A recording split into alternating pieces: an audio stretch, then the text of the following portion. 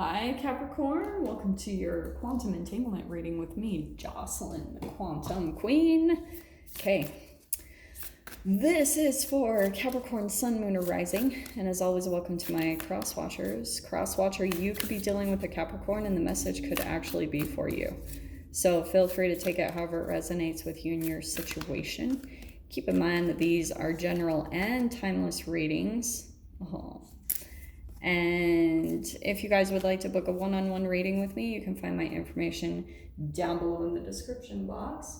And just want to say thank you for liking, subscribing, and thank you for all the good karma donations. All right. Well, this is interesting. So we've got the new moon the full moon in Libra coming up in a couple days. So you guys might be starting to feel the energy. Things will be balancing out, and it's a time of diplomacy, which is much needed in this time. But we've got bring love into the situation. So you've got some new moon energy there, but also some full moon, okay? So that's what I feel like is happening is, okay. With this combination, this doesn't surprise me too that this is influencing you guys. There could be a relationship that you guys are involved in where it's really making you take a look at your self-worth. All right. Some of you, this can be romantic. It does not have to be though, because for some of you, I really wish this card would sit normal. I love this wood, but that drives me crazy. So,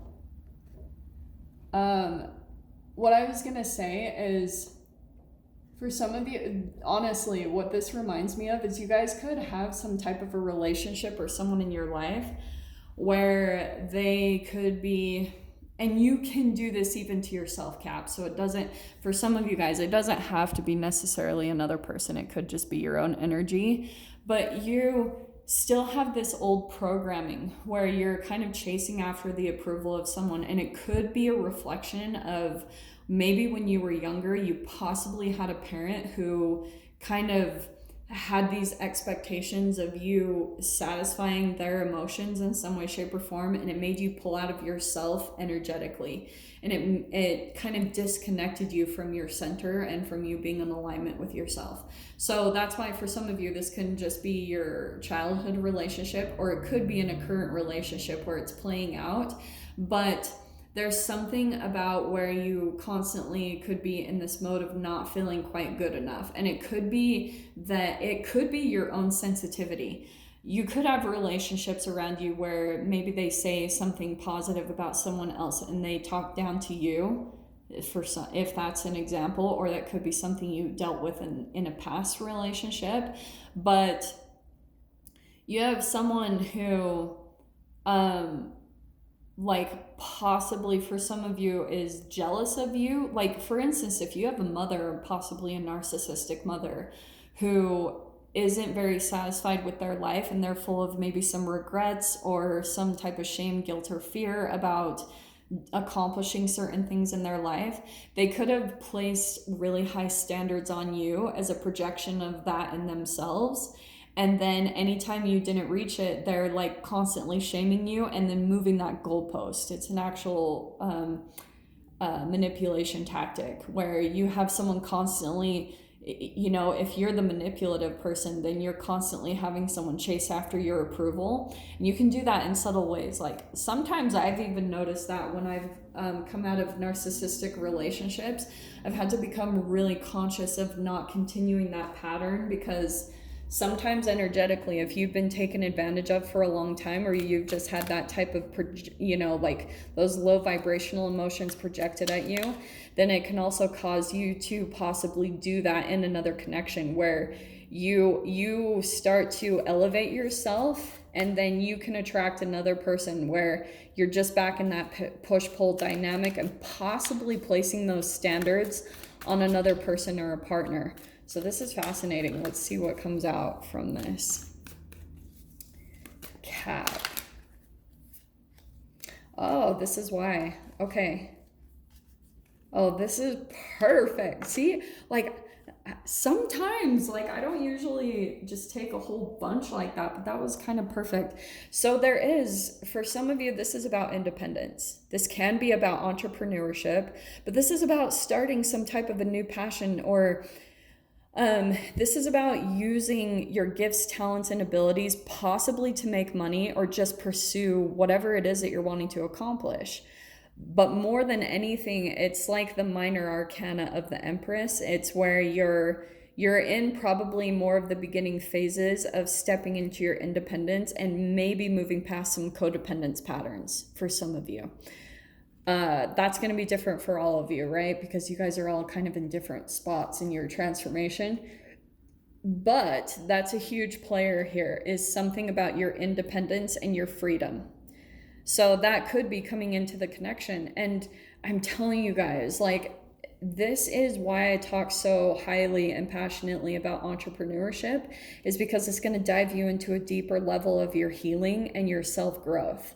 So some of you guys might be feeling a little bit pushed in that direction, and sometimes you question your worth if you can actually accomplish it. But this is why I'm saying this, because with the Four of Cups, you could be feeling a bit bored, or you have this stinking glare that's driving me crazy. But you could be feeling like a little bit bored, that you just don't have any passions. So you're kind of sitting around maybe feeling a lack of purpose, feeling like you don't really know exactly what to do with your life. And this is why there's this growth coming in for you, an inspiration to come into a deeper level of your healing, but it's going to inspire some inspiration. It's going to be bringing love into the situation, whatever you guys are dealing with, but helping you to come to a deeper level of your self-acceptance, self-love, unconditional love. Because some of you guys might have grown up in those dynamics that you didn't have that. So you're having to kind of nurture yourself and reparent yourself in those ways where you didn't get it. So with the Knight of Cups, that's bringing the love into the situation. So some of you guys could be dealing with a water sign, or it doesn't have to be, but there's something here about you could be taking space from a certain connection. And I don't know. I mean, with the Seven of Cups here, let me show you this next lineup, okay? Someone here you could be dealing with there's like some feelings there's a lot of emotions between the two of you. I don't know. But with the Seven of Cups and the Seven of Wands, I feel like this week are going to be placed with a lot of choices, okay? And because the Seven of Wands, I feel like wanting to kind of elevate yourself in life. So that's why for some of you, you could be having a little bit of conflict or restriction come up in certain type of connections. And it's kind of forcing you to decide what you want to do next. You know, what's going to open up these doors of freedom to you, Cap, you know, or that is a lot of questions that people are asking themselves these days, because I feel as though energetically as the collective, we will all be kind of moving in this direction, in this independence, because there's been so much restriction in the way that people have been, you know, going through their jobs and being dissatisfied with what they're doing, because there's probably this restriction, or feeling like you're tied to certain things, or you have to live your life around someone else's dreams or their structure, their build up. And it's bringing in this double of energies. You know, it's bringing up the disappointment, but with that is bringing up the inspiration of what you truly want to do. So that's why I feel like when you make this decision, when you're being placed with this decision, you're going to be doing it more from the place of, okay, what's going to bring the emotions back? What's going to make me feel more independent and free, and make me feel like there's this restoration of emotions back into my reality? Now, the Seven of Wands, that's where I feel like you're going to be really pushing forward once you kind of decide, make a decision here, and you find a direction of what's really going to fill your heart up with more of that passion and joy. This is where I feel like you're going to be put in this zone of elevating and kind of fighting for it.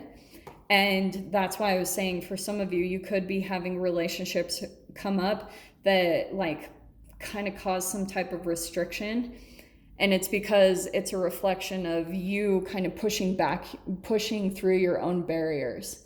Okay, that's why I always talk about, like, when you're having a little bit of troubles pushing past something that you fear to do, it will holographically come up as conflict through other people. And the conflict is helping to push you in the direction of maybe there is a little bit of a hesitance there, because you are, Cap, like, when you step into this, whatever this is for you, you're going to have such a restoration to your relationship with yourself.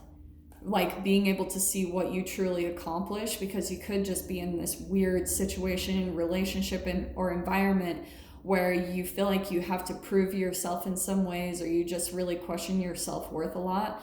That is going to be approached a lot for you this week. And so, like I said, there's some choices coming up. You're going to be making a lot of decisions this week, and we will see how that plays out. So if you guys want to join me in the extended, feel free. Just go down below, click on the Vimeo link, and I'll see you over there. But Cap, if this is where we leave things, I'm sending you guys so much love, wishing you all the very best, and I'll see you in your next reading. Take care.